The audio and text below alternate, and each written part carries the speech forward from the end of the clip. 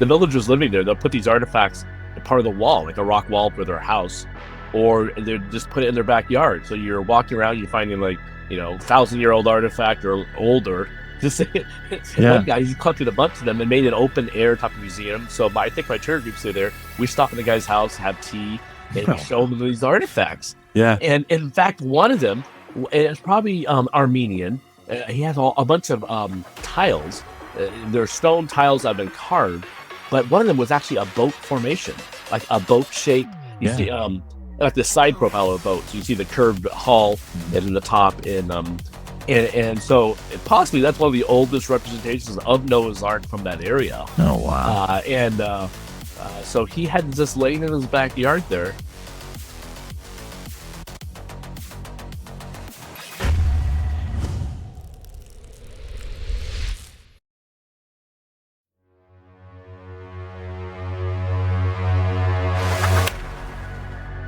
I think we all get the feeling that something just isn't right in the world. Welcome, fellow foilers, to the Tinfoil Hat Club, where we dare to discuss all the things we don't talk about in church. And where yesterday's fiction becomes tomorrow's fact. When you've got a government that's lying to your face, controlling the information through the media that it owns, that's not a recipe for peace in a civilization. Atomic. The electromagnetic waves affecting our planet. Megalithic cyclopean sites. Anderson Cooper, intern for the CIA. Watchers in the days of Noah.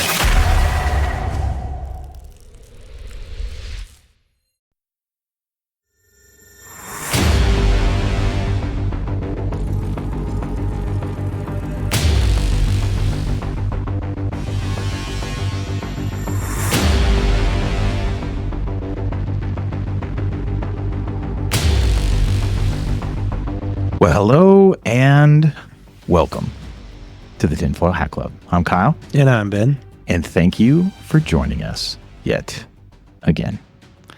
So we have a great show for you today. You can see who our guest is going to be behind us there.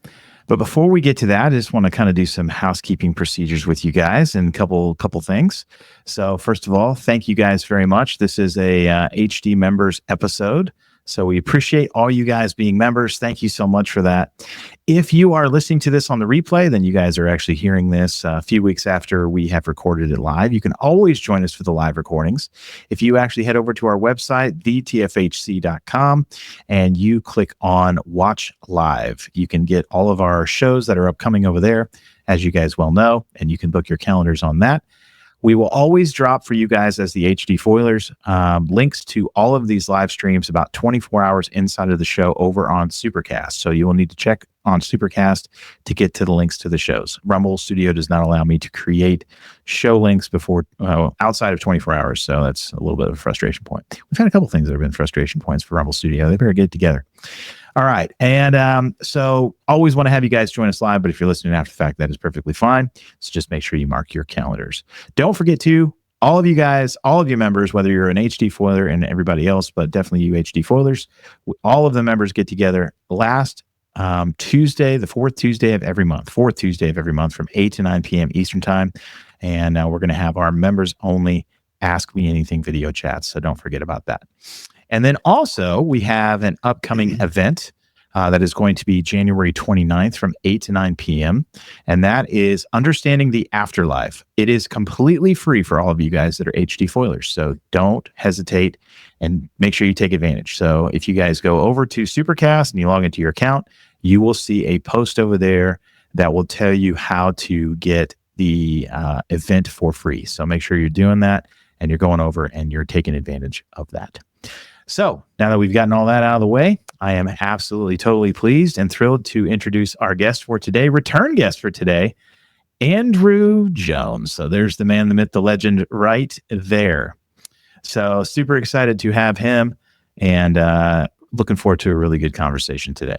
Yeah. So a couple things about Andrew. If you want to find out more about him, I've got some things to plug for him.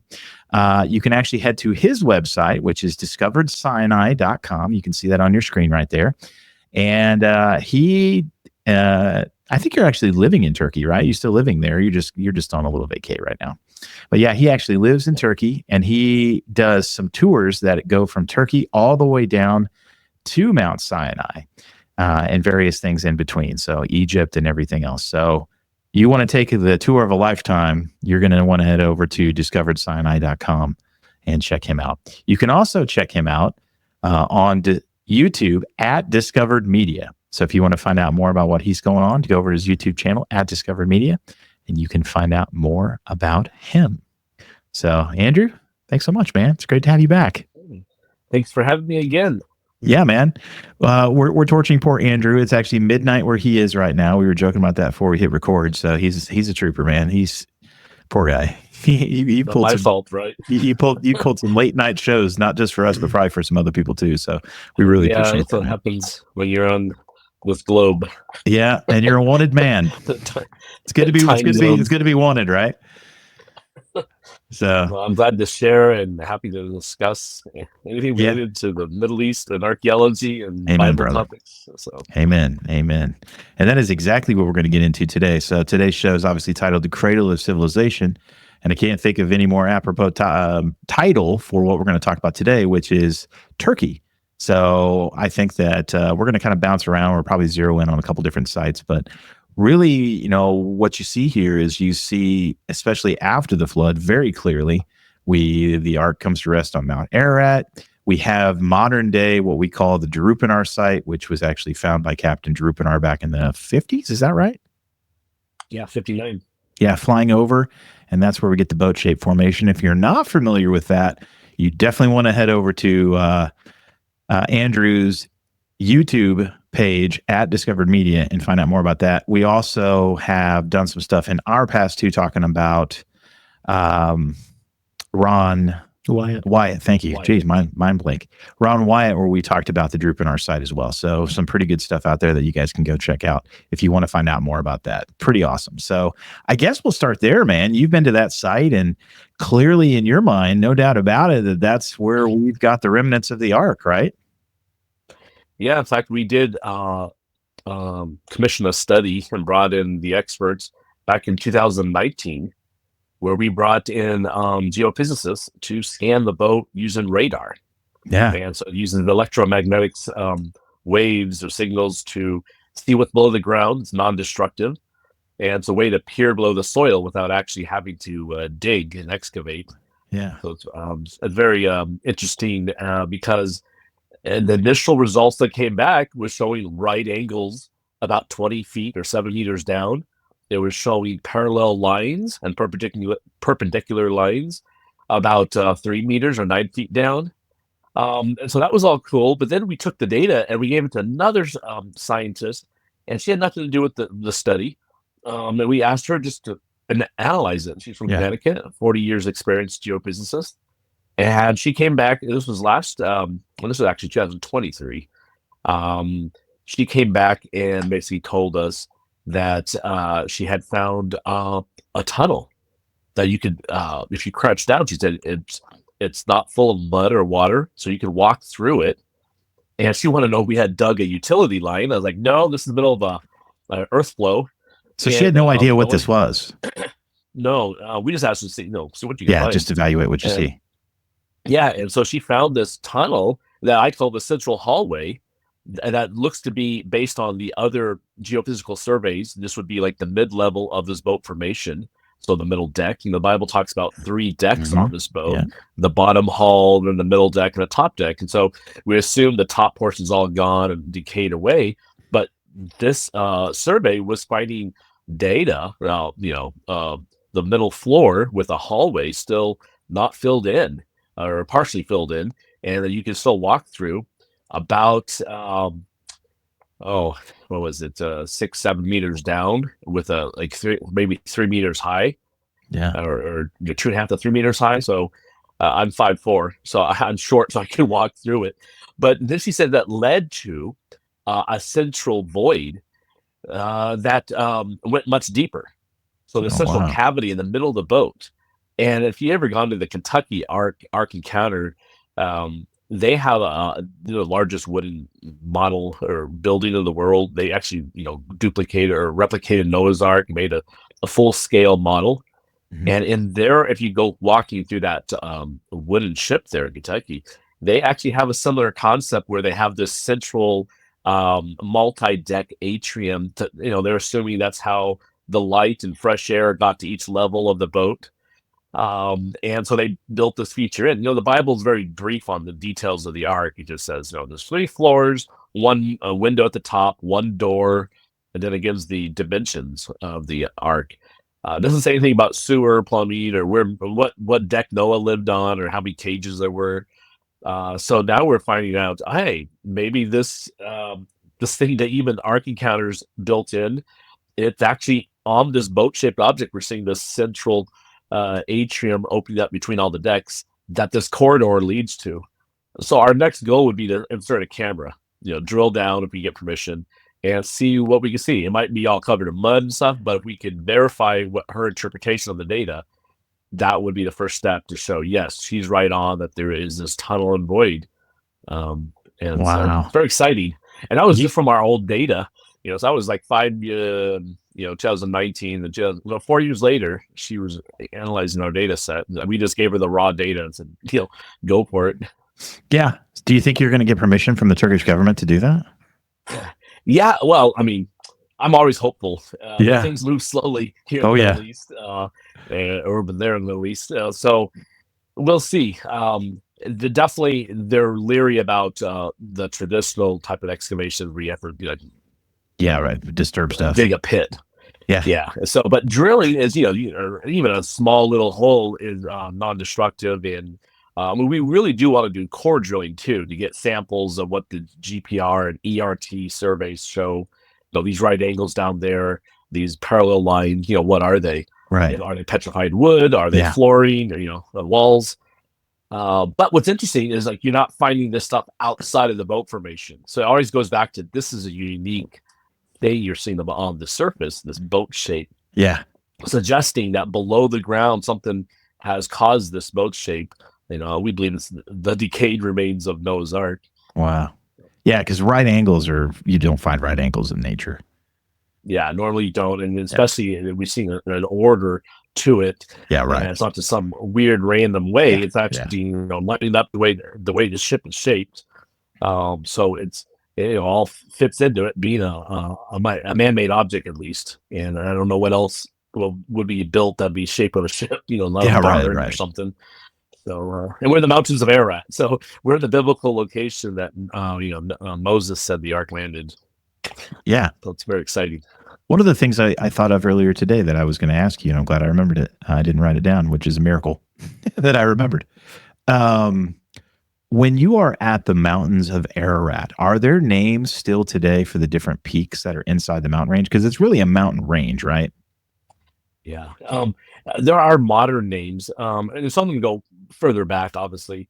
So the name Ararat itself, the peak of Greater Ararat, Lesser Ararat, the traditional big volcano, is 17 miles north of our site across the valley. That name, they say it was named back in the Middle Ages by a Christian monk or something. He said, this is Mount Ararat. But so that's is for the actual peak being named. But the region itself was always been known. They figured out later that, okay, Ararat came from the name Urartu. And now we're finding all over this whole area of these mountainous, parts of mainly eastern Turkey, but also into Armenia and northern Iran. You're finding the remains of this civilization from the Iron Age and probably even before. And so you have their castles, their cities, their settlements, even the area we're at with the Durupınar site nearby. There's at least 2 to 3 different Urartian, or that's how I guess you say it, Urartian settlements and castles. So they were saying even on the north side of Mount Ararat. So they're definitely at the furthest extent of their kingdom. If you look on Wikipedia, the scientific articles, it was pretty big area that they covered, and they had They were well known for the metallurgy, so they were pretty advanced. They had chariots. There's a really good museum in Bonn, which was their capital. And this is about 2 hours driving south of where the Ark Formation is. And the modern day Turkey in Bonn, it's on a lake, Lake Bonn, and on this plateau is this big castle that was used, starting with the Urartians and all the way up to Ottoman, the Turkish time period. They built this castle, perfect place for it, and that was the capital of this kingdom. And all around there, you'll find since it's a mountainous area, they were well known for their castles and fortresses, and so they're finding when they do these excavations on mountaintops, they're finding these castles, and so the peaks, you have a lot. Most of them are modern day name or Middle Ages or whatever, but the name in the biblical account, it says mountains of Ararat. That's like if I were to say today the mountains of Canada. It's like if I were to write Genesis, I'm like, okay, Noah's Ark landed in the Rocky Mountains or the mountains of Canada, right? Because Ur-2 refers to the name of a country. It just says in this mountainous area of this country, the Ark landed, and so Moses didn't give exact peak. Right. So we have a wide area.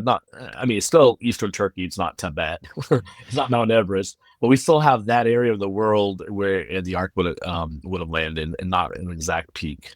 Yeah, the reason I bring that up is because in the Book of Jubilees, there's an interesting note in here, and I think it's in. Let's see, I pulled it up real quick while you were talking there. It's in chapter 5, verse 28, and the ark went and rested on top of Lubar, Lubar, one of the mountains of Ararat. Does that mean anything to you nowadays? No, but here's one. And I'm trying to remember who says this. There's another historian, ancient historian, who talks about the ark landing on the area of Meshar or Mesha, and is it? I don't know if it's in the Babylonian account. Yeah. I guess I don't want to get distracted and Google it, but Yes, basically, what's interesting is that the Kurdish name for the village overlooking this site and the name of the mountain in the area where this boat formation is called Meshar. And they say it means Doomsday Mountain or Judgment Mountain. Oh, really? And you should think of the flood as, doom, that's the ultimate doomsday, a global flood. And so, and then the village is named that. Now, because this is a modern day Turkey, the names have been changed. So the locals, most of the people in this area are Kurdish. They'll still use the old name. They'll say, "Oh, this was Meshar." If I say Meshar, they'll smile. Say, "Oh yeah, you're going to that village." But you look on Google Maps, you won't find it that way. Now, sometime like on Instagram, you can tag Meshar. I don't know why. But I guess maybe someone added it as the name of the place. But the modern name is Uzungeli Village. Yeah. And I don't even know what they call that mountain. The mountain range is called the Tindarik Mountains, but that is more of a Turkish name.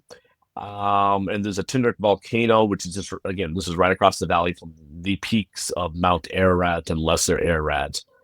So you have these modern names, but the one that's really interesting is this Meshar, and I guess after the show I'll have to look it up to send you the reference. No, you're fine. Yeah.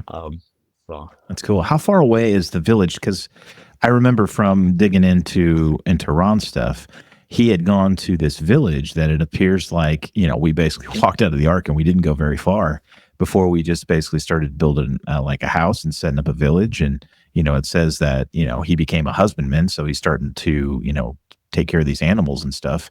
How far away is that from this Durupınar site?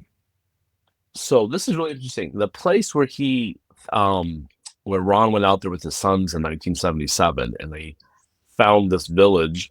It's kind of like a divine way, because the taxi driver, the car kept stopping and stalling as they're entering Go by Zet, which is the big city there, or town. But this village is just northwest of the town or the city I live in, and so, but as the crow flies, from the Ark site to this village, I think it's 20 miles. Oh wow, okay, so not very far. So it is, but then you're asked, well, this is the village. He was looking at these stones with the holes, the big Yeah, stones. yeah. And, we call them Droge stones, Yeah. or stabilizing stones. But also this ancient house. What's really interesting about this village, on a modern map, you're like, it's just a little Kurdish village there.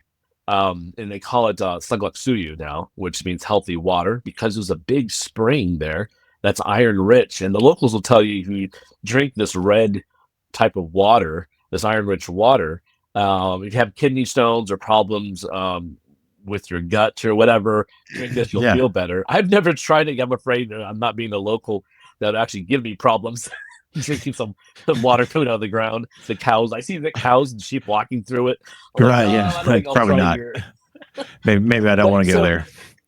Yeah, exactly. So, and for them, it's healthy water. For me, it probably wouldn't be.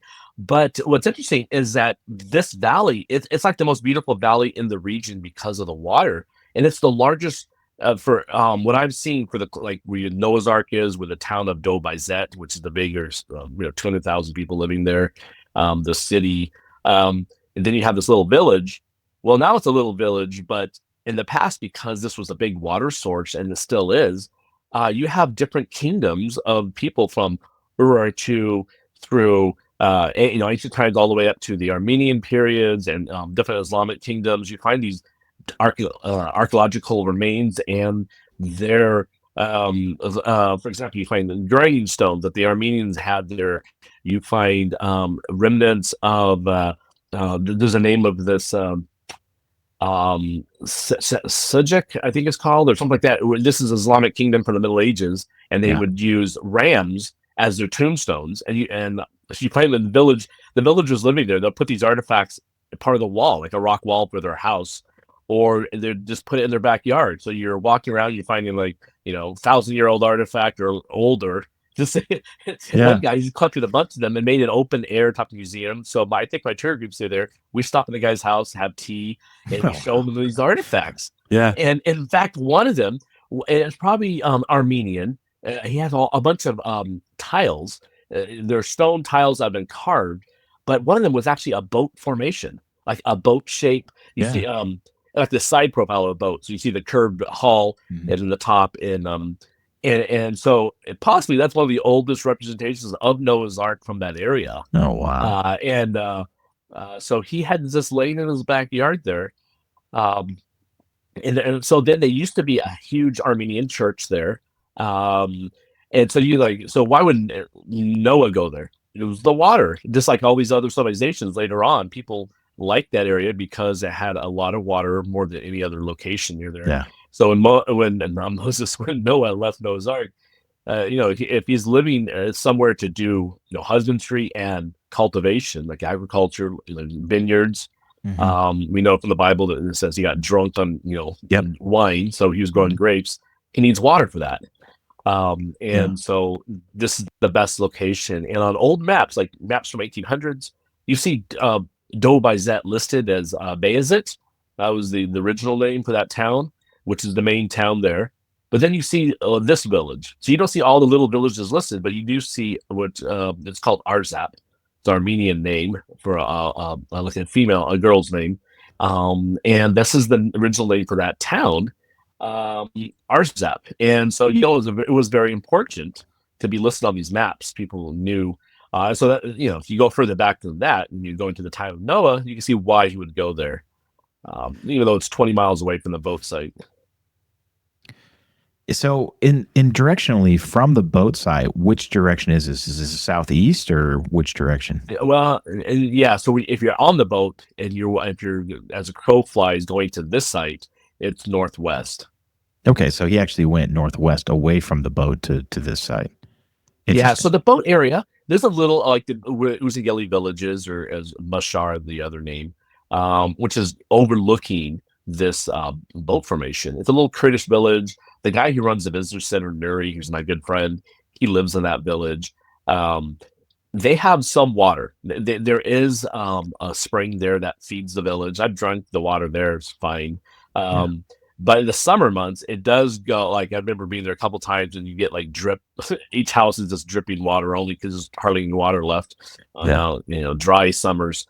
So it's not a good place to, it's very harsh. Up there, the winters are just horrible, very, very cold. It's great in the summertime because the valley you can get hot. We're in a high plateau area. So like Uzungeli, where the Ark is and all that, that's about 6,500 feet. The valley floor where Dobai Zet is, and this village with the old homes and the anchor stones or drogue stones, that's 20 miles away. That's the valley floor is at 5,000 foot elevation. So you're it's like Denver. You're almost like a mile high in this whole area of eastern Turkey, and then on top of that, you have the mountains, built up on this high plateau. So you do get hot, dry summers in that area with I call it dusty Bayezid in like August. Yeah, you get really hot weather, and then the springtime I call it muddy Bayezid because all that dust turns to mud. Yeah, but yeah. So when you can see why for better winters, Noah would have gone down to the valley below and then found a place that had the best water. So. Yeah, go ahead. I was going to ask about the drogue stones. I mean, was that what the Ark was tied to, or something else? Well, so drogue stone. So first of all, these stones, they found 25 or 26 of them.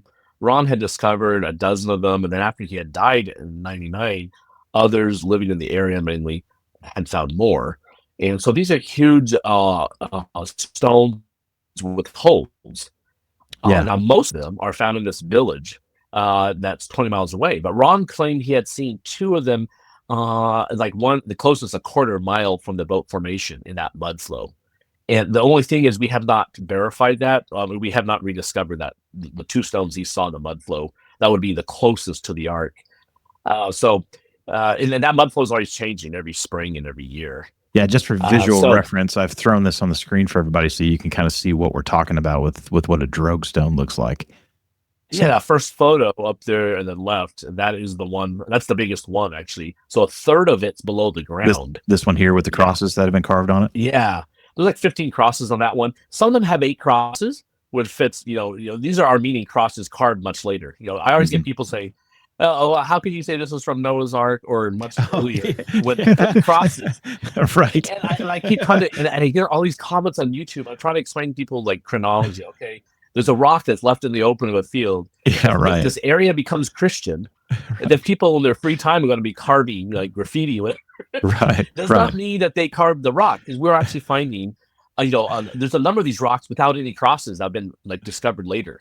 Yeah. So obviously these ones that have been buried and now recently uncovered, the Armenian Christians didn't get a chance to carve crosses on them. So you cannot say that the Armenians carved these rocks. Yeah, right, exactly. So, but yeah, so a drogue stone though is not an anchor stone that would tie down the Ark and stop a boat.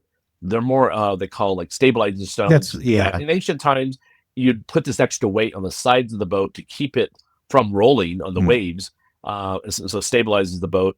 What's really interesting, there is a link on my YouTube channel under, I want to say it's either under the Search for Noah's Ark playlist or the historical films. I think it's under the Search for Noah's Ark playlist, but it's a segment from a National Geographic special that they had filmed out here via someone I knew, Jerry Bowen.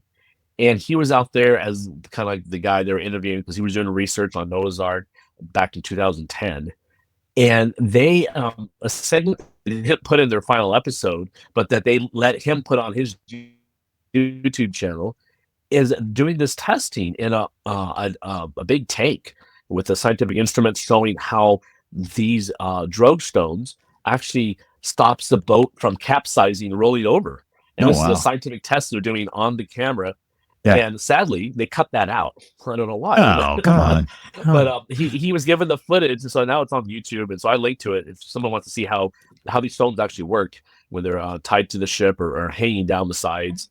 So yeah, there's different theories. Obviously, the Bible doesn't talk about anchor. Yeah, but again, the Bible doesn't talk about everything where they slept. Yeah, right, exactly. Brief, as we mentioned, Yeah, it's so fascinating to me because one of the other things that you see, and I had pulled up a map here. Let me I can kind of throw it up here on the screen in place of what I just had, just for funsies here. So I will share this tab instead, and then we'll go back and do the presentation view, and you can actually see where the Durupınar site is here. And the interesting thing to me when I pulled this back just a little bit, and you can see, I mean, I'm in a 2,000-foot map level, right? Like you can see the key down in the bottom right. I guess it's so amazing to me just geographically because we're Americans and we're stupid geographically sometimes. How far or how close rather you are to Iran? Yeah. Oh yeah, we're you can see the border towers of the Turkish side and the border wall that's on the Turkish territory, but it's like 10 meters from the actual border, from the arc site. Yeah. So I think it's, if you measure it on Google Maps, it's like a mile and a half or something. Yeah, from it's the not boat far. site up to the top. I got to pull back. I mean, I'm at 5,000. There's a 1 mile. Yeah. Right there. I mean, you're practically maybe not far at all, man. And I don't know if a lot of people know this, but we got permission in 2022, and in 21 we got up there finally. And again, the reason why we're going up there because Ron was looking for the original landing spot. So the boat's at like the halfway point on the mountainside. Yeah. So obviously, if you think of the flood waters going down, the boat probably had to land higher up. Like as soon as there's dry land, the boat is there on the mountain. So everyone's like, okay, the boat's higher up on this mountain. At the top there, it's like 8,000, maybe 8,500 feet. So these are low-level mountains. What's interesting, these are not volcanic. And there is volcanic rock mixed in, but the layers of rock there are sedimentary rock. Flood, laid down these rocks like limestone, sandstone. So anyways, though, we were out there on the border looking for this original landing site that Ron thought, if you follow the mud flow up. Yeah. And it's right there on the Iranian border. But it's a Turkish military site. It's a no-man's zone. But we were able to get permission to go up there and to dock that area. Yeah. I even got permission, this had to be 2022, to fly a drone. And, oh, wow, cool. And this is what they said. You could fly, and I flew into Iran, actually, because we were trying to document the border markers, and we wanted to see the Iranian side, but we couldn't actually go out there and with a camera walk on the ground because they said, well, it's mined unless we get blown up. Yeah. So that was our first trip there, and we saw the markers which might have ancient inscriptions on them, so we wanted to document it. And so then we thought, well, maybe we could fly a drone and take pictures of all the sides of these stone markers, but we had to obviously fly into Iranian territory. So I took my drone, and I had the military commander watching, and a Turkish archaeologist, an official from the Ministry of Culture in what's the other? I forget what they call it. Anyways, they manage archaeology museums in Turkey, tourism culture ministry. And so I had these officials plus the commander and his bodyguard, his soldier, watching. And the commander gave me instructions. He said no video, so I couldn't film a video sequence. And then he said, you only take photos, not of the whole area, which would show their installations and everything. Yeah. But just of the markers. And so he was watching my screen. It has a built-in remote control screen from there. And I'm feeling all this pressure. Then I'm thinking, well, what if it gets shot down? I lose my sense of drone on the Iranian side. Right, do they know our plan, or is this kind of secret? So what you're saying is I can blackmail you with this video. Well, what's interesting, I had the guy from the ministry, the government ministry, he was saying, and he was whispering to me and the Turkish archaeologist, Andrew, do a wide shot, do a video. And the archaeologist was saying, no, we're getting big trouble. And I'm thinking, what? I will get in trouble. Yeah, right. You're in the taffy puller here between do good and not do good. So, these guys are what. But anyways, that just shows how close you are. Who knows what's on the Iranian side? Maybe there's more archaeological evidence related to the flood or Noah's Ark, because you're just right there with the boat formation, with the border. Yeah, it's kind of fascinating. Again, geographically, we don't really realize where we're really at here, and I'll share it again, and I'll kind of pull the map back because I think geographically geography for today is very important, and I'll pull this back a little bit, and you can again see the border of Iran right there. But Turkey really. Go ahead. Oh, you have Armenia right there too on the north side of Ararat. It's a little corner of Turkey that kind of goes out like a little enclave, or whatever you call it. It goes kind of out there to the east. So we're this is definitely eastern Turkey, the very eastern corner of the country. Yeah. Which the Turkey is very large. It sits It's very big country. Oh yeah, it's the largest military in NATO outside of the U.S. Yeah, this It whole has swath. how many? The population is huge. Yeah. And they have a huge country. But there's only one time zone, which is a problem when you're there. Oh, Like wow. Eastern Turkey, you'll get dark, and then Istanbul in the west will be still daylight. But just one time zone, and to fly from like Istanbul, the main city out there on the west side, the largest city, to Eastern Turkey, it's a 2-hour flight. Mhm. So I mean, it's like you think of going across the United States, what a 2-hour flight is like. That's what it's from one side to the other. Yeah. And just for geographical reference, everybody's pretty familiar with some of this area because Georgia right there is actually what the Russians went in and several years ago and attacked. And then on the Black Sea there up to the northwest, that little portion that is jutting out into the Black Sea right there is actually Crimea, right? Where they went in and also the Ukrainian war is all Yeah. going up north, right across Yep. the sea. Yeah, exactly. Right across the Black Sea there. So all that is going down geographically in this particular area. The other thing, kind of leaving the Durupınar site and some of that other stuff, I guess one other thing before we kind of travel to another location in Turkey, and obviously we're covering this today, and I named the show what I did because of the reboot. You literally have civilization rebooting here, right? And everybody winds up traveling, it seems like, from here, we kind of go back down, southeast from here, back to where we effectively probably started in the Garden of Eden. Is that kind of your same synopsis of kind of what we've got going on? I guess really more south than anything, but you kind of feel the same way? Yeah, so this goes on to Genesis chapter 11, talking about the Tower of Babel. Yeah. And it says that from the area they started, which would be Noah's Ark, Noah's descendants journeyed from the east, which means they went westward until they got to a plain called Shinar, and that's where they started building the first cities, the Tower of Babel. Yep. What's really interesting, right here where the Durupınar site is, that there's that valley there, and this is where the town of Doğu is, where I live, and it has all the hotels. And then you just go, like a 20-minute drive into that valley. There's a little rise, a little hills. You drive over going west, and right on the other side of that watershed is the start of the Euphrates River.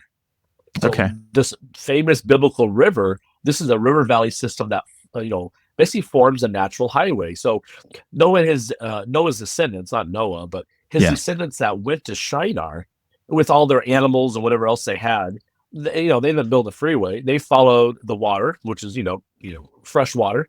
Yeah. And it's a natural valley, so they can follow it all the way out. So you're going west from this eastern side of Turkey, and the Euphrates keeps going west until the very end it turns south. And then you end up on the northern plains of Mesopotamia, the top crescent of the Fertile Crescent. And then it opens up all the way down to Syria and Iraq, where you have the first cities.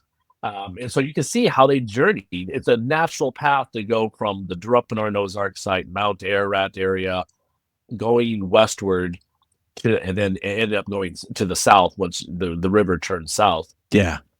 So I have people leaving me comments there. I say, that can't be Noah's Ark because the Tower of Babel says they journeyed from the east, and Babel was Babylon, and Babylon's Iraq. So if you go east from there, that's Iran. And so even one person, I don't know, I don't say they're crazy, but their idea was crazy. They said, oh, that means Nepal and Everest was where Noah's Ark landed. So I always try, being nice, I just say, well, the Bible says they landed in the mountains of Urartu or Ararat. Yeah. And we know that kingdom was not over in eastern, that western side of Iran. It was definitely not in Nepal or Everest. So, biblical thinking, when they're assuming that people had, number one, Google Maps, and number two, that whoever's writing this is saying they journeyed from the east. Well, where's that standpoint? If you're in Shinar, then anything that's east of you, whether northeast or southeast or east, in biblical understanding is east. And so if you're journeying from the east, you're going west. And again, it takes you all the way to Harran. The Harran plain is where the Euphrates River is on that just west of there, like a 30-minute drive from Harran Plain. You go through some of these little hills, and then you're in this canyon system. Right there's Euphrates River. So you can see how they drop in the migrants coming following this river valley. Yeah. And they start building cities in Mesopotamia. Yeah. So I want to bring the map back up here so you can see I dropped a pin. Let me move the map so everybody can see just a little bit better. I dropped a pin at where you talked about with Harran and that plain there. And you can see we were just kind of northeast, or maybe I guess we were a little bit east of that big lake right there. So yeah, that lake is Lake Vaughn. That's the capital of Urartu. That was their headquarters. Yeah. So, and then right in that lake is you just go, again, basically east, northeast is the Durupınar Noah's Ark site. Yeah. So you can see here how we've traveled kind of, again, the direction that we've talked about from the east, right? And we've gone this way. Genesis 11 says, yeah. So exactly. Again, it fits. Yeah. And then you start seeing this spread out from this area. This is where Göbekli Tepe, the Tash culture, or Tash sites, these T-shaped pillar sites, all are in the Harran Plain area.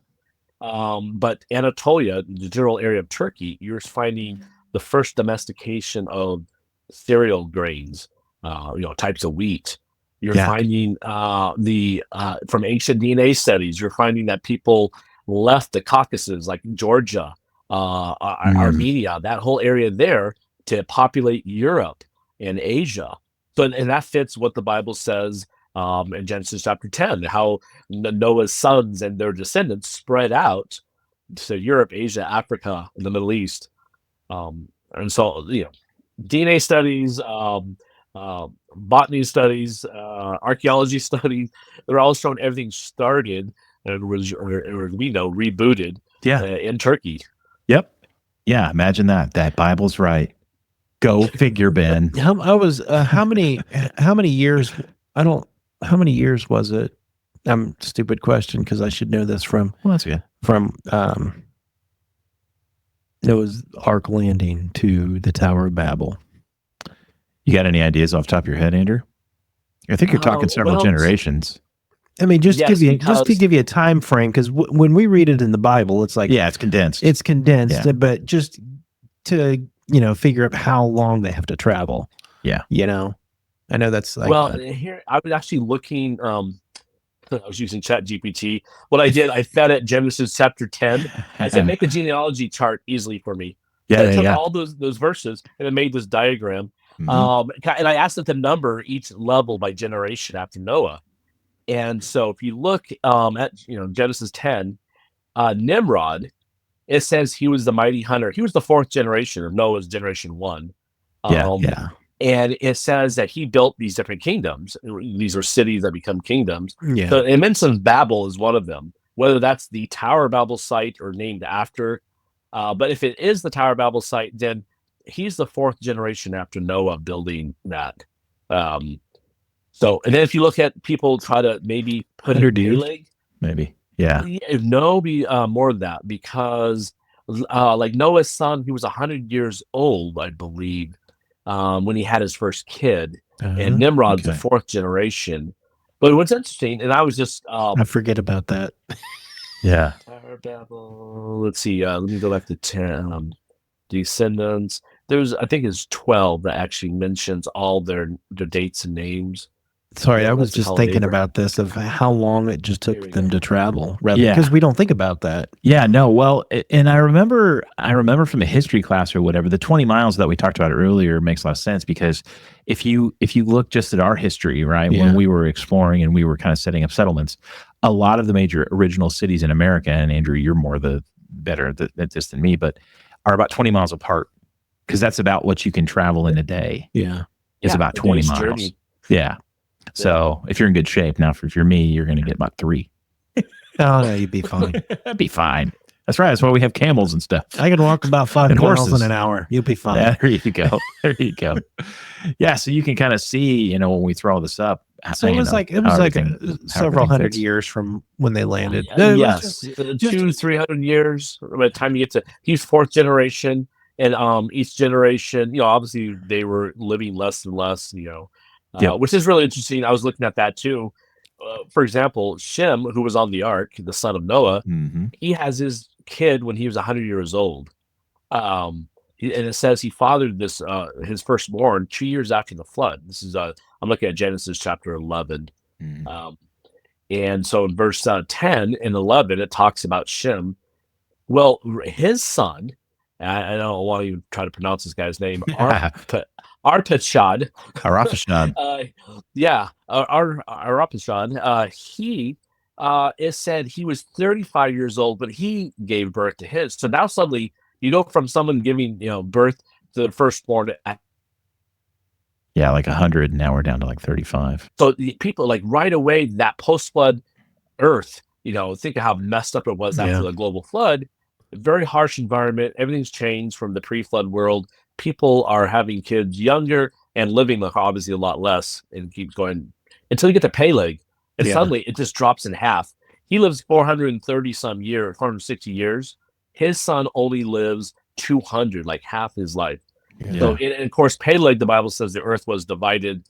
There's a debate what that means, whether it's continents falling apart, languages, or whatever. But if you look at the generation count, though, Peleg was in Shem's line. He, I believe, is number 6 or something after. So he's definitely after Nimrod. So if Nimrod was involved in the Tower of Babel, the first cities, Peleg is a couple generations after that. Something happens, what they call it the division of the earth.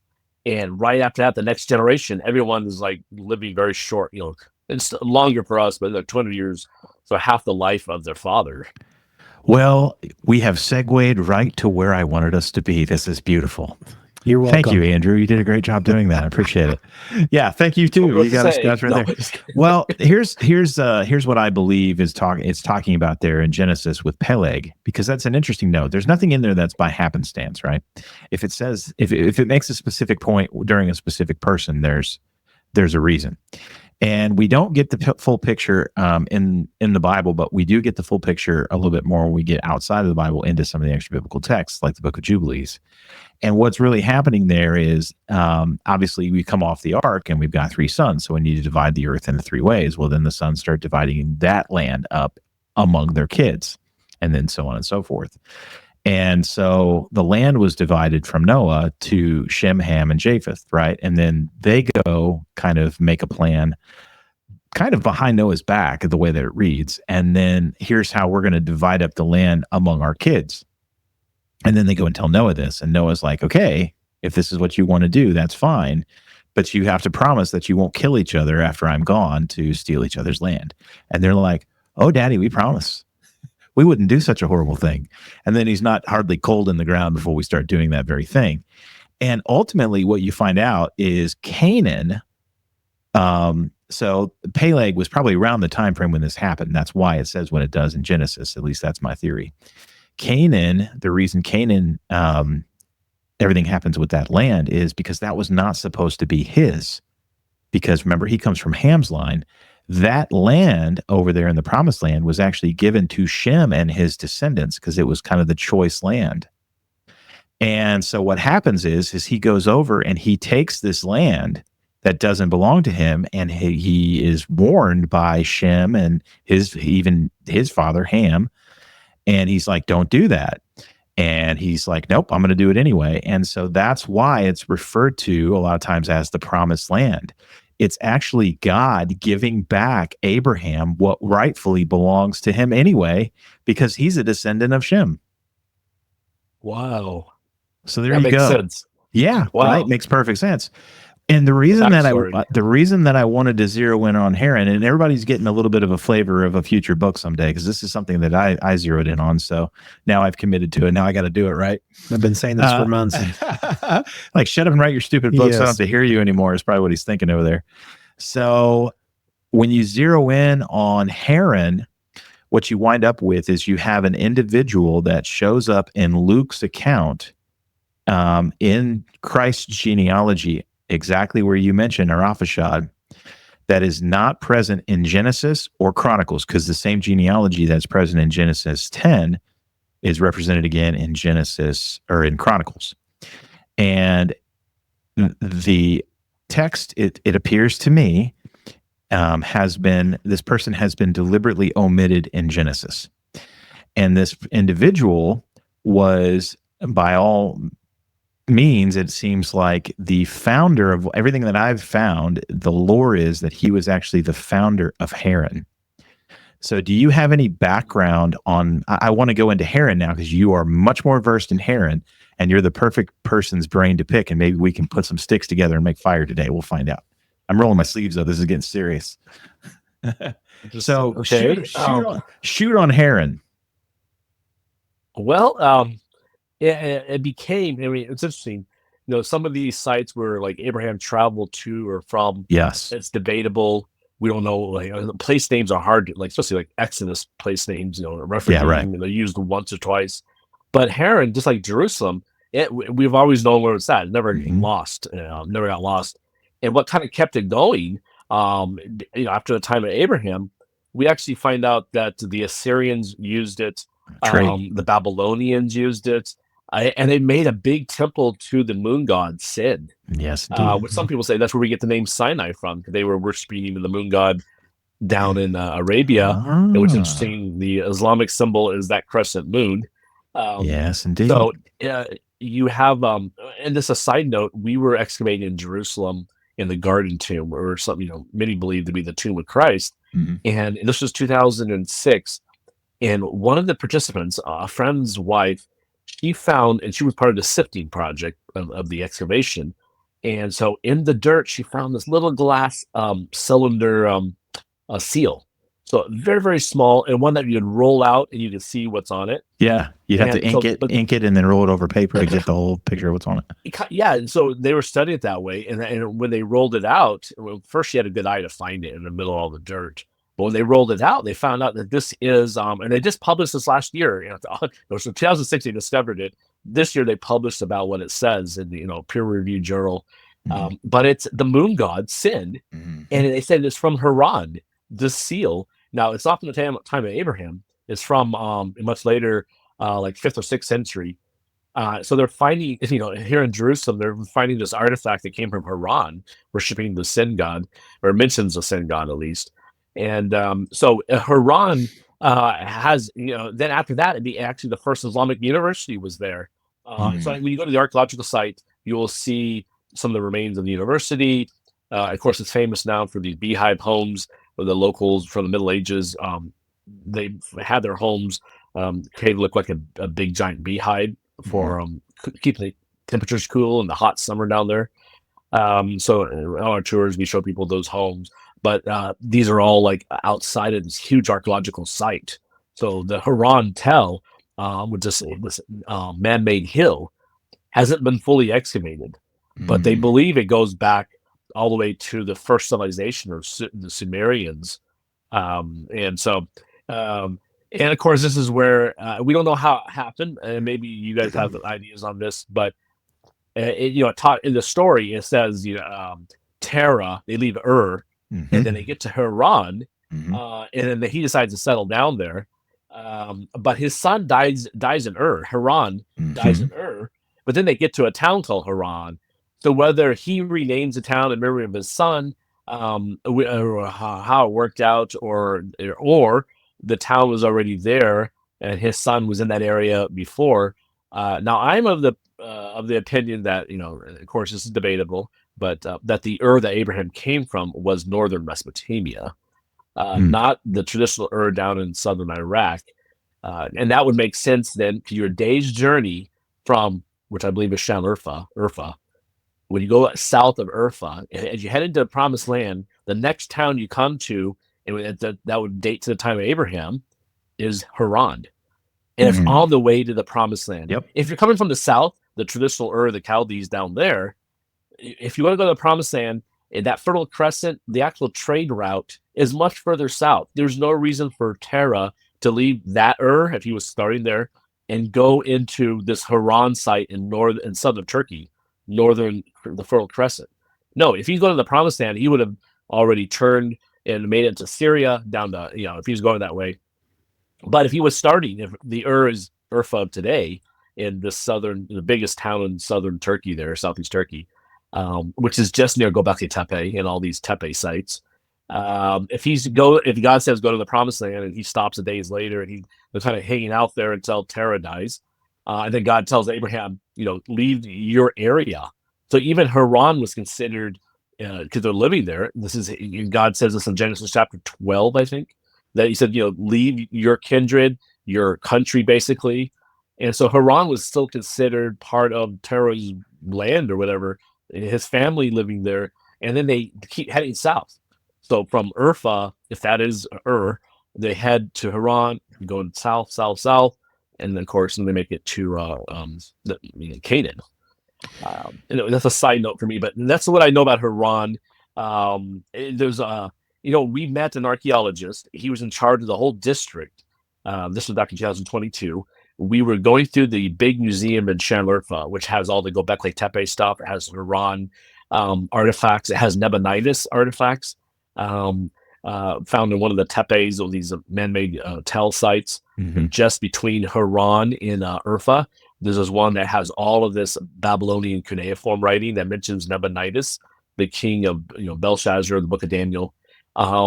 In this museum, we're walking around, and this guy hears that we're speaking English. He comes up he introduces himself, says, "Hey, I am the whatever for the province, the manager, and which includes all the archaeological sites, this district director, whatever." And he said, I don't know how they identified this, but he's like, "We have discovered the home of Abraham." And we're like, "What?" And so he's showing photos, and I had like 20, not 20, and where we had like 10 people on our tour, and so everyone's crowded around talking to this guy. I didn't follow up with him, and I didn't hear anything in the news. I don't know, what he was saying, but he had his iPhone out. And he was showing us photos. He said, and he was saying that they had found a site that they believe that Abraham came from. And of course, when you're in Shamurfa, again, this is this town of that's another but that's just a day's journey north of Haran. They have now it's a big central park, and they have a cave there that says the birthplace of Abraham, and there's a mosque nearby and all that. So definitely it's a Muslim tradition that Abraham came from that town. And then 10 minutes outside of that town is Göbekli Tepe.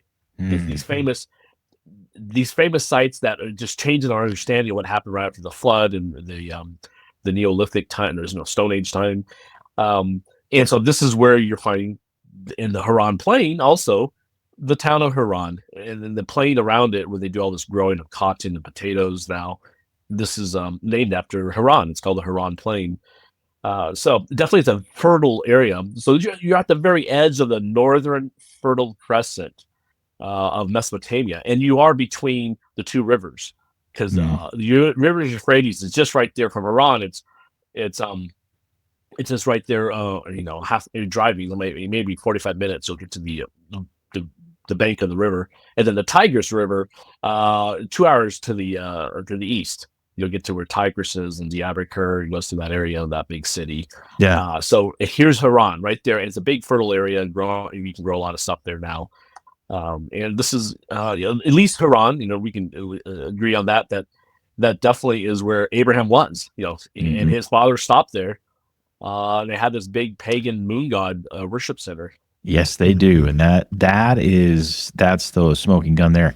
I read it, and I don't know why I get this. I'd have to go back and reread everything and combine it together, because again, you get a much more detailed account. Again, when you get into the book of Jubilees and you start reading in there, it's a fascinating read. I love that book. I was skeptical of it at first because it didn't match with some of the things in Genesis, but the more I've dug into things, the more I believe the account in Jubilees is accurate. Unfortunately, in Genesis is seemingly kind of off in places. And I know that's controversial, but I can kind of back that up. Sorry, go ahead. Oh, I'll just say, what did you find with some of the extra stuff? So there are some things like I said, this particular person that you zero in on, that is actually Araphaxad's real son that you can find in the genealogy in Luke. His name was Kainam, Kainam, sometimes pronounced Canaan or Kainan. Kainan, or Canaan. I've seen it all three different ways. And what happened with this particular individual, and this makes a lot of sense why he was scrubbed from the account, is he found tablets after the flood in this particular area that the Watchers had actually written a lot of celestial information on from the events before the flood. And that's why you have what you have with sin and all the moon worship and sun worship and all the different types of worship that you're seeing there. So it all fits together when you look at the historical record of what we're finding geologically and archaeologically with this account in the book of Jubilees. And you don't get any of this in Genesis. And I know, again, that's controversial, but then you also have some huge mathematical swings. You mentioned one earlier when you look at the beginning ages in Genesis, and they really are in lockstep with what you have in some of the other accounts and like some of the other records, even the Samaritan and, I want to say the, help me, the Septuagint. Thank you. Mind blank for a second. Until you get to Jared, and that's when things get they start to go astray. Everybody seems to be in lockstep until that point, and that's interesting too, because we can find again in the book of Jubilees, that's when the Watchers descended on the earth, and you have that whole event start to happen. So there seems to be a correlation between all of this information, and it makes sense when you start to dig into the history of our Bibles. Most of our Bibles are based on the Masoretic texts, which were written around 1100 AD, versus when you go read the Septuagint, which was written several hundred years, or I think maybe even older than that, BC, right? You get completely different accounts sometimes. And when you go read the Septuagint, depending on which version you get, in the Septuagint, you have this individual in Genesis that is present in the genealogical record. And it's just that delete from the that is not in the Masoretic, because I think what happens is, and my theory is, when we get to about 160 BC, and we have the Maccabean War that happens, and the Pharisees come to power, they kicked out all of the Aaronic priesthood and took over. And you see some of the language that Christ uses that backs this up. But ultimately, this all traces back to Harran, and where this particular individual is, from what I have found, and it's hard to dig. I got to do a lot more digging. This individual, Kainem, is actually the one that founded this, and I think that Terah was actually from Harran. I think that's probably where he was born. And the reason they flee back, I don't know. I could be off. You're better here than me. I could just be throwing things against the wall that don't stick. This is interesting. No, let's keep going. But the reason they fled is because it just says that Harran, his son, that's interesting, he named him that, right? And yet that's the same area they flee back to. And the other brothers, other than Abraham, but the other brothers, Nahor, was named after either either his mom's dad or his dad. I forget how that worked, but he named all their kids after stuff. And what happens in the account of Jubilees, we get a much more detailed account of what happened to Harran. Where they were in they were worshiping all this stuff. They were doing the worshiping sin and worshiping astrology and worshiping all of this stuff, the exact same stuff that we read that was found on this Watcher tablet, right, by this individual. We can see it in the modern account of sin when we look at this, all the stuff that they've been worshiping, right? This traveled all the way to where they wound up, and they were worshiping all these things. And Abraham in the account starts to stand up and go, why are we worshiping this stuff when we should be worshiping God? And one night he actually goes and sets like their temple that has a bunch of stuff, like their idols and stuff in it, to this on fire. And Harran goes in to rescue the stuff out of the temple, and he burns to death. And then at that point, I think Terah was like, we got to get out of here, and takes everybody, and they flee, and they go back to go back to Harran or Haran. And so that's why they kind of wind up back there as kind of a reboot. But I think it maybe is Terah running back to where he came from, which is funny because they're just running back to the same exact thing that they just left, right? Because everybody's worshiping the same stuff. It's all a problem. Yeah, that was the epicenter. Yeah, right. This is where all this stuff originated, right? And so what you see is, as you continue to read in the book of Jubilees, you see that Abraham starts to question this more and more. And it even says that he's up one night and he's looking at the stars to see what will become in the future. And he kind of rebukes himself, and he's like, why am I doing this when I should be worshiping the God that created it all? He can do whatever he wants to do anyway. If he wants to make it rain, it'll rain. If he wants to give a drought, it'll be a drought. And that's when he kind of makes the official turn of like, I'm done. I'm not worshiping this stuff anymore. And that's when God sweeps in and goes, hey, I like this dude. I can do something with him. And so that's what begins the whole, I'm going to take you as my people, right? Because we've had the tower happen at this point. The nations have been scattered. God has basically handed them all over to the other gods, right? The lesser G, the smaller Elohim. And he's like, I'm going to have you. You're going to be my portion and all of the line that comes from you. So that's what I've pieced together so far in the back. That's fascinating. If you read the Genesis account, just going back to with the brief account there, Genesis 12, you have Terah leaving Ur. It doesn't say why. Yes. But when you get to Harran, where they settle in, again, like the backstory you're giving there, it doesn't say why in Genesis. It just says they settle there. And that's what Terah that dies. But then that's where God says to Abraham, yes, it was in Harran. Yes. That, okay, continue, or he calls them away from all, leave your kindred, so this is the area where they're at. And this is why I don't believe it's southern Mesopotamia, is this is an area that Terah, his family, and they're living this, they're Shem line. And so they're up there in southern Turkey, northern Mesopotamia. And it was at Haran that God actually calls Abraham further out to leave. Now, if you go to Genesis, like 1 or 2 chapters later, I was just reading it earlier. When God talks to Abraham again, he does say, "Well, I called you out of Ur." So he is taking reference to whether it's Terah. He talked to Terah or Abraham again earlier to say, "Okay, leave Ur." And both, as you're saying, am I understanding you correctly? Both of these sites were pagan worship sites. Yes, absolutely, 150%. Yeah, which fits with what you're seeing archaeologically, right? Yeah. Well, definitely Haran, and of course, Ur. If it's the northern Ur, there is a site that dates to the time of Abraham, one of the largest sites in the region, just outside the town of Shan Urfa or Urfa. And so, if you look at a southern Ur, even there, I mean, both these sites, they're definitely the worshippers of the true God.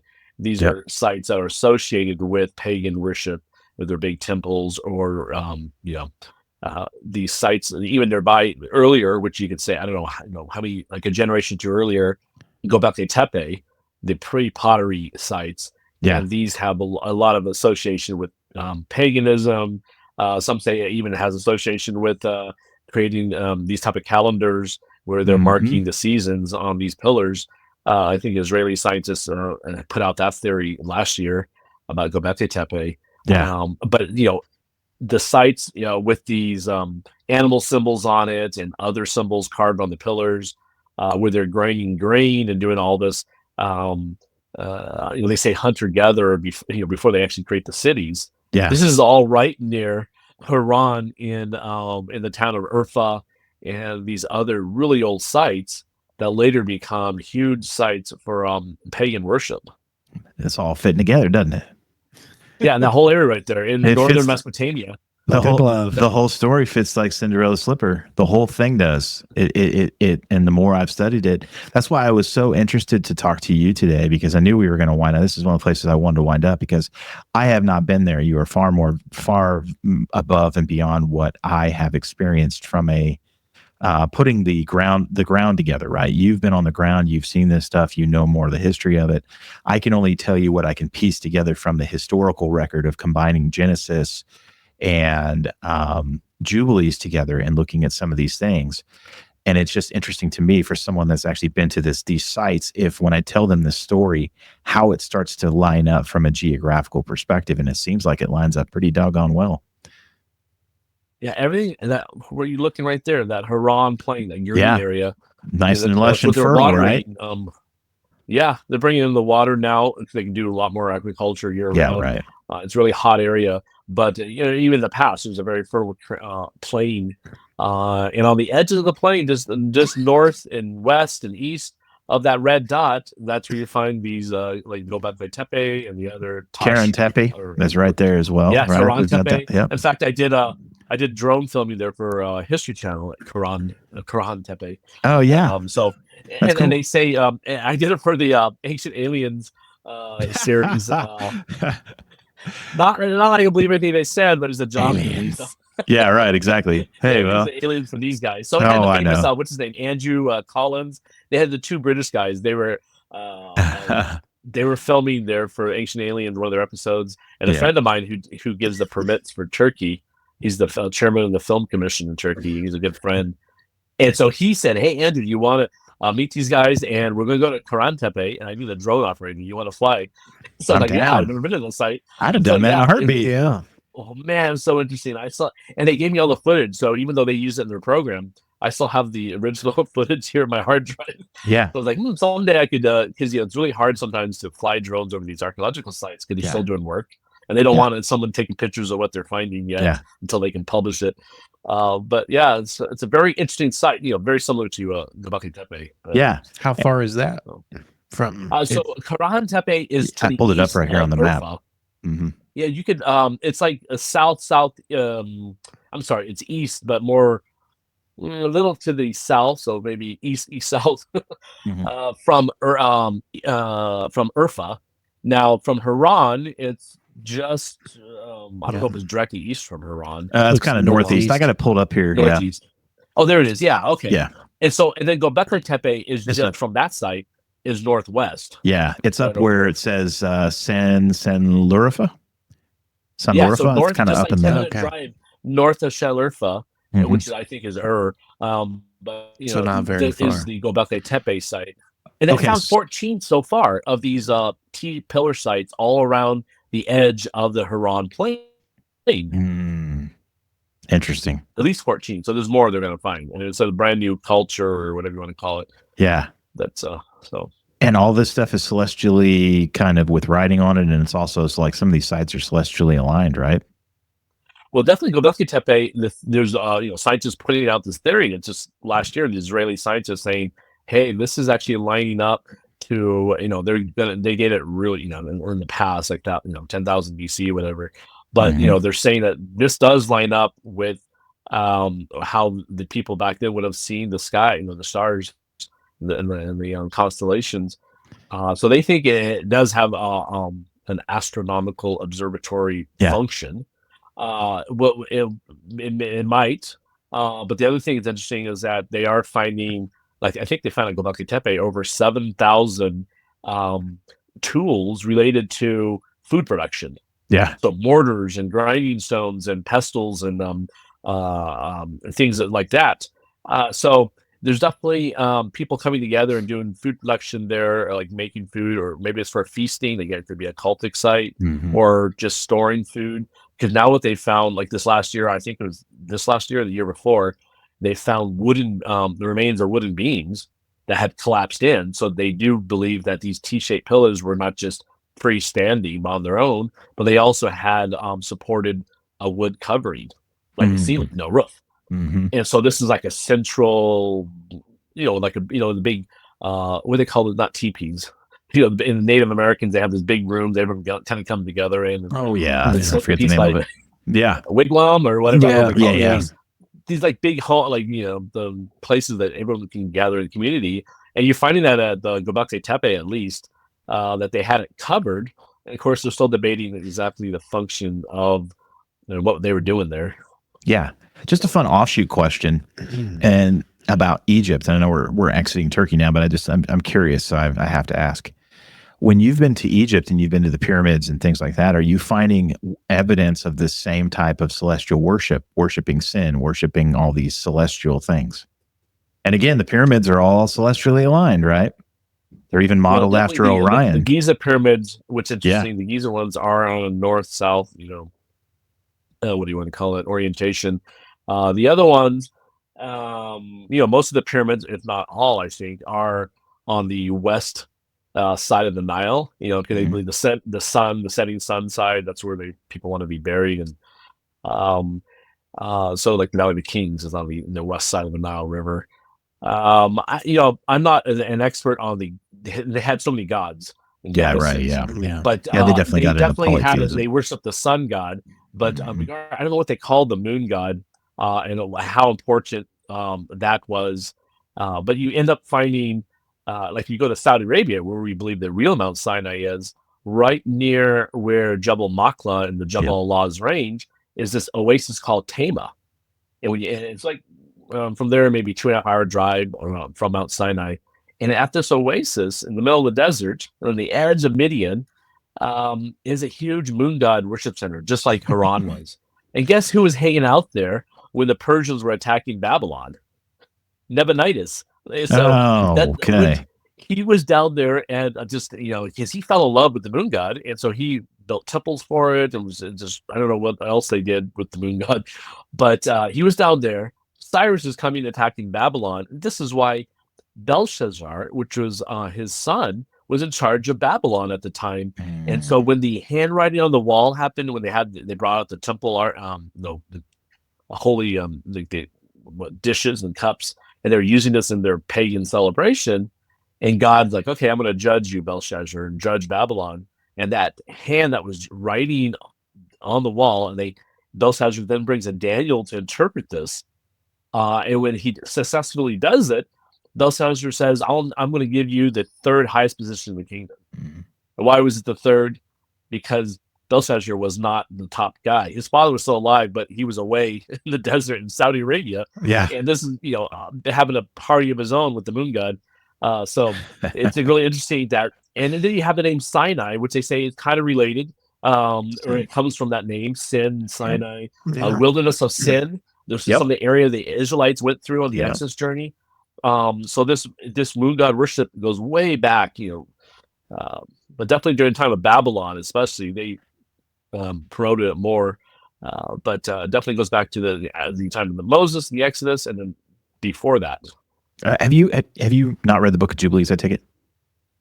I have it. I'm going to send you a PDF. Yeah, so I have a printed version back in the United States. I've read parts of it. I have this one two series book called I don't know, something about the Dead Sea Scrolls that has all the extra apocrypha books. Yeah, you might have the same book I have. It's interesting.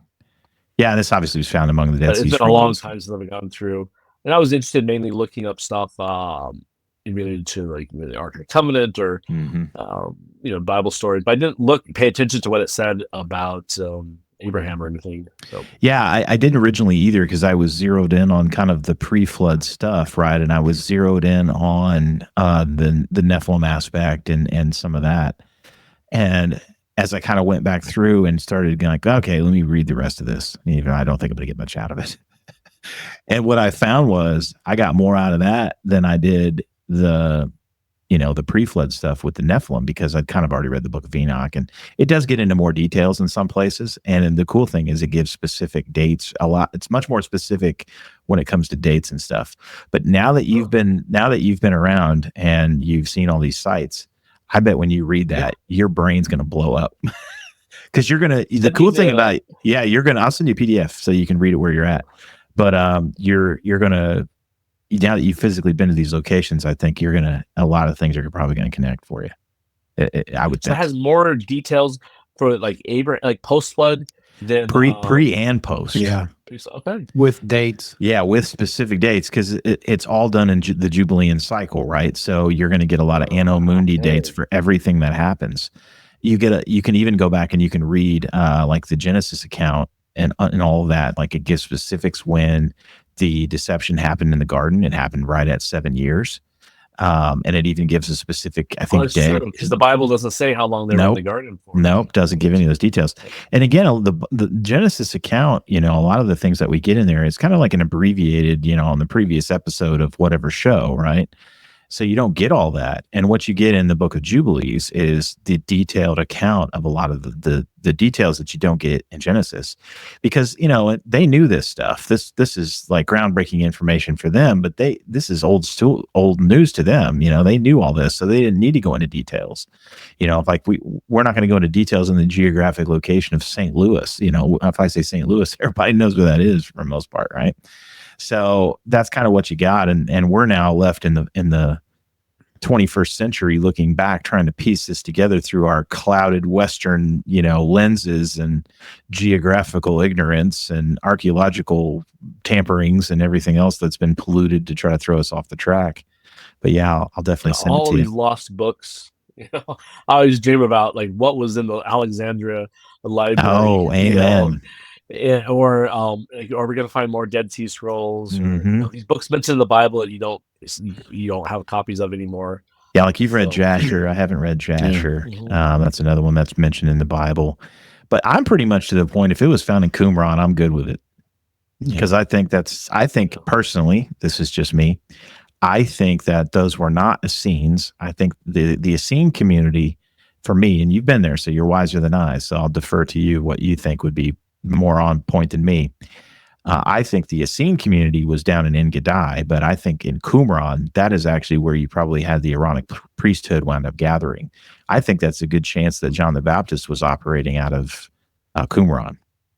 Do you think he's the preacher of righteousness? Or I teacher think- of righteousness? I think it could very well be, yeah. But I think when they lost power, and they lost power coming out of the Maccabean War. That's exactly the same period of time when you see the Pharisees come to power, and you see Christ saying things like in front of the temple when he's throwing shade at him, and he'll say, you need to listen to what the Pharisees teach you because they sit in Moses's seat. Now, why would he say that? Well, he's saying that because of what happened, because the Aaronic priesthood had been thrown out. And, then he goes on to say, you should do what they tell you because they're probably teaching you right. They're just hypocrites and they're not following their own teaching and they're using it to control you. But that's why, in my opinion, he says what he does. But I think that group fled, and that's who was operating in Qumran. Because the reason one of the smoking guns for me, the reason I say that, and we don't know, we haven't found everything probably that's in these caves and stuff, but there has not been a scrap, not a scrap of anything pro-Maccabee, anything that says Maccabee at all. So whoever was out there was probably not super pro-Maccabean. Interesting. Yeah, it's kind of interesting. It's just a theory. Yeah, I can't. we say were that. there. I was just there at Qumran in like 3 weeks ago. I had cool. a tour Yeah. group. So a group of from Utah, they had brought me into lectures. A friend had brought in, it was his tour, but I came to lecture. So they said, why don't you just come for the whole tour? And so part of their tour, they went out to Qumran, and we went to not just where the archaeological site is, but some of the most important caves are actually to the north. So we walked up that side of the mountain range there, Dead Sea Valley, kind of behind Qumran, really. Yeah, so because behind Qumran you see the Judean cliffs. Yeah. If you go north past the archaeological site with the museum and all that, maybe 5-10 minute drive, or maybe less. But that's where they found some of the most important scrolls. So we went over there.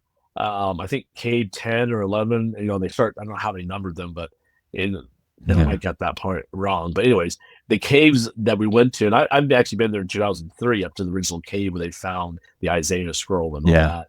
But we were there, and one individual was telling us that they're going to start doing excavations again in Qumran. And so who knows, what will be found with doing these new excavations. So yeah, it'll be fascinating, man.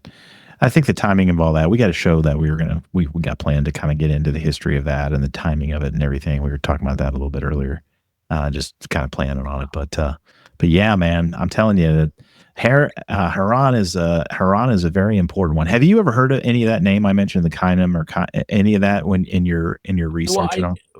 Yeah, when I was a kid, I did it's a fun side project. I made my own genealogy chart. This is all before had computers or anything, and not before computers, but before I had a computer. So like early 90s. So I actually made. So I went through the Bible on my own and it was making up, and that's how I learned really digging into the Bible. If you want to make your own genealogy chart or timeline, and just because you have to go through all the verses and try to match things up from Chronicles to Kings to Genesis to the genealogy in Matthew and Luke. As I was, third, fourth grade doing this, and I remember it's like, okay, what am I going to do with this guy that's the Septuagint keeps, but not, or it's listed in Matthew or Luke, one of them, but it's not listed in Genesis. And so I just remember seeing things like that. As a kid, I didn't understand all the controversy and what manuscripts and what. But I remember, he was an extra name. Yeah. And, It's funny, man. God maybe was planting some seeds. God was planting seeds in you young. It was kind of fun. It's fun to listen to your story. Yeah. And if you haven't listened to, if you're listening to this and you haven't listened to our first talk with Andrew, go back and listen, because we do get into some of his backstory and how he got started as a kid and reaching out to Ron Wyatt, and that's having that whole conversation. You were a young guy. You were like what, maybe teenager? Yeah, or let's see. 12 or 13. Yeah, I thought that's what you said. First time I talked to Ron was 1990. Yeah. No, it's What a good dude. I was born in 76. Yeah, what a good dude. Yeah, and then I talked to Faisal. He was involved with the Noah's Ark side, even Mount Sinai, because you went with Ron on his second trip to Sinai, and and this guy could tell so many stories because he was a treasure hunter, and so I got along with him. And so I'd call both these guys. Ron and Faisal were kind of like not grandfather, but more like an uncle to me. So I'd call up just to ask him so many questions, and then for Faisal, he would just sit on the phone for hours and tell me stories. So, yeah, and cool? Back then, you get these bills in the mail, and my parents were like, "Oh, 2 hours phone number." I get $1,000 phone bill from AT&T. Oh my goodness! You're still in debt to your parents. At the time, I wish I kept all these. But at the time, I was actually recording a lot of the conversations. Oh, wow. I didn't tell the guys. Probably illegal in California law. Nah, you were a kid. You get away with it. I wanted to, I wanted to go back and make notes. Sadly, because I didn't have a big budget, I had to reuse my tapes. So I was like, all those tapes where I talked to Ron and Faisal for hours. That was great material now. Oh, man. Talk about it. Yeah. Your parents needed to get you a gigantic mega box of TDK tapes for Christmas. Well, back then, no, it was the cassette tapes. And so I bought this device. You plug your phone line into it, and you hit the record button. Oh, it's and like it records your conversation on the tapes. Oh my goodness, that's hilarious. Yeah, you're spying on these guys. I would listen to the tape. I would hit pause, type up, and then I either summarize it or I do exact transcriptions. So I was like a court reporter, but very slow. Once we got a computer, I was typing this up. Before that, I was just handwriting like these notes out saying, okay, Ron said this and this. That's cool. That's fantastic. Well, I got show number 3 planned if you're down. Ben, we'll have to, unless you got objections. You've been over to where they think they've obviously found the plain where Sodom and Gomorrah, where they believe all that was. You've been over there too, I bet, right? Yeah, Qumran is so there's east, just go east across across the sea.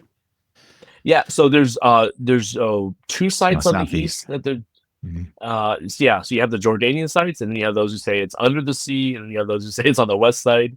But on the east side, you have 2 sites that are popular theories. One is Tel Hammam with the meteor strike above it, and then the other one is Babadra, which is just like the middle of the Dead Sea down by the Lasan Peninsula. Yeah, and this has this huge cemetery from the early Bronze Age they found there, Middle Bronze Age. So you have those 2 Jordanian sites that are that's where they have Lot's Cave, the Byzantine church they found by Babadra.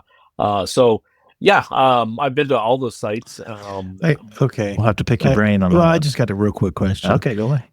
I see the pictures of Lot's wife. This is how tall is that? It's really funny. I had this TikTok guy. He's now a good friend, but he has like a couple million followers, and he came to Saudi to go. He's one-armed, and he climbed Mount Sinai, him and his wife. He showed me his video. He said, so there's 2 sites for Lot's wife, and each country claims their own, and it's a geological formation, but there's an Israeli side, which is a little smaller than the Jordanian side one. And the Jordanian side one, I'm taking pictures of it. But my friend, this TikTok guy, he said he went past the fence and it's up on the cliff. He actually went up to it, and he had made this video on TikTok about Lot's wife, and it's a huge. I mean, if let's just say this rock formation represents her, then she would have been what is it, like 12, 15 feet? I mean, it's really big. But when you look at it, so this is a geographic form. I wasn't familiar with what you were asking or what you're talking about. Yeah, or geological formation. Yeah, it's like it's like a pillar. It's standing up. Oh wow, it's a big pillar. There's a sign on the road saying Lot's wife. You stop there, you take a picture of it, and then, but again, the Israeli side has their own version of it too. Yeah, I'm like, I don't know. I don't think that would still be here. But you never know. Killer assault. No, I'm thinking not. Yeah, all of the rains, just like right, exactly. Yeah, no, it's a touristy thing. Just to get a picture. Yep. You have a lot of those in the Middle East. This is what I bet. some friends said. If it's not here, it's near. So people say, like, did Moses sit here? Like, I get that on my Saudis tour. Like, did Moses live here? Did he sit on this rock? Did he stand over there? Like, if it's not here, it's near. Yeah, right. We don't know the exact place where certain events happen, like the exact rock or the exact pillar, or that would be Lot's wife. But it's definitely in that Dead Sea area. Yeah, I just every time I see that so. picture, I just crack up because I'm like, there's no way. I'm thinking that if you go stand up and you go put your hand on the rock of Horeb, I'm thinking that you were standing and putting your hand on the same rock that Moses was probably that at. I agree with. Yeah, I'm thinking you're pretty good. Yeah. Yeah, you go up on Jabal you have a giant split rock. Yeah, right. It's kind of obscure, right? I know this is totally off. Welcome to the Tinfoil Hat Club, like we always say. I was watching a Gene Simmons Family Values show, and they were touring Israel, and he had this map, and he's like, guys, it says that Jesus was right here. He's like talking to his family, and he's like, he was right here. And he was being sincere, and about it. And his family's like, yeah, but we're trying to get over here, and he's like, but he was right here, guys. I thought that was very interesting because to me it was like real for him. Yeah, it's kind of funny. You wouldn't think he would care. Yeah. But it was just like some of these sites, especially when you have competing traditions, whether it's Protestant, Catholic, or Catholic versus Orthodox Greek. They all have a church over whatever they think is where Jesus was at. So again, whether it's 100 feet away or the exact spot where they built this big cathedral, it's hard to tell sometimes. It was like the supposed, like when he was carrying the cross, it was on that path. Oh, the Via Dolorosa. Yeah. That's a big traditional site route that goes to the Church of the Holy Sepulchre. And yeah. I just saw that. My wife chimed in. She said, "Lot's wife was a Nephilim." Oh, I saw that comment. Yeah, that's my wife. She's being funny. I was laughing at that. Well, dude, yeah, I think for show number 3, unless Ben has objections, we're gonna do stories of the Dead Sea because there's so much around the Dead Sea we could talk about too, man. So yeah, if you're down, brother, that's show number 3. So maybe we'll do it earlier for him. Yeah, we'll try to do this a little earlier. Poor guy, it's like 1:30 in the morning there. So. Yeah, you're awesome, dude. No problem. And I'm happy to talk about these things. They're very exciting topics, and especially related to the Bible and showing how the Bible's true. Oh, yeah, man. No doubt about it. More true every day. That's the funniest thing about this. We have this huge push to drive everybody away from God as fast as humanly possible in every way possible, scientifically and whatever. But the problem is that the archaeological record and even the scientific stuff that we're finding now about this huge reservoir of water, we've talked about that several times, that, secular colleges and scientists have come out and said they found under the crust of the earth. And all the things we find archaeologically do nothing but confirm everything that's in our Bible. Yep. To the letter. What's the archaeological discovery made that disproved the Bible? Yeah. Everything. Yeah. Whenever they find something, they show how it relates to either the culture, the history, or the exact event that's in the Bible. And so it'll be more and more just, discoveries coming out. So absolutely. Times. Yes. Well, brother, thanks, man. We appreciate you so much. Thanks for staying up late. Yeah, thanks for staying up late for us, man. You're awesome. No problem, guys. This is always great to share with you guys. And your audience. Man, for sure. Well, again, if you want to find out more about Andrew, head over to his website, discoveredsinai.com. And man, take one of the tours. That is definitely your grand tour is one thing my wife and I have on the bucket list, dude, because wow, what a month you will spend. I think it's a month, right? From start to finish, right around there. Yeah. And we're trying to squeeze in whether this might be the first year we do it or early next year. We're trying to add in northern Iraq. So Nineveh. Oh, wow. So some of these sites. And if it's safe, because we were talking to people who do tours down there to help us, even Babylon. Yeah. But at any rate, everything's optional, so people can add on what they want to do. Man, I don't know. We're trying to put it as much so not everyone can go back and forth. So it was like, okay, let's do one big one. Yeah, get it all crazy. That's be awesome. I don't know if I'd be able to see everything. I'd probably be in tears the whole time. Like it just would probably blow me away emotionally. Yeah. Just to think that you are seeing these things, and the history, like when you know the history, like we do, and everything. Yeah. But yeah, You definitely need to go on at least the 12-day where we go down to southeast Turkey and see Göbekli Tepe. Sometimes we see Qumran Tepe, but definitely Harran, Şanlıurfa, the museums there, and then we even go up to a Nimrod with the big statues from the Antiochus, the great king, who had these statues of his, he put his tomb on the top of a mountain peak. Yeah. So these are very interesting sites, all in that right area, right around Şanlıurfa. Yeah, man, for sure. And again, just pitching your stuff for you, because if you actually want to see some of these physical places, I know we tried to put as much as we could on the screen today, but it pales in comparison to some of the video that Andrew has shot. So make sure that you go to his YouTube channel as well.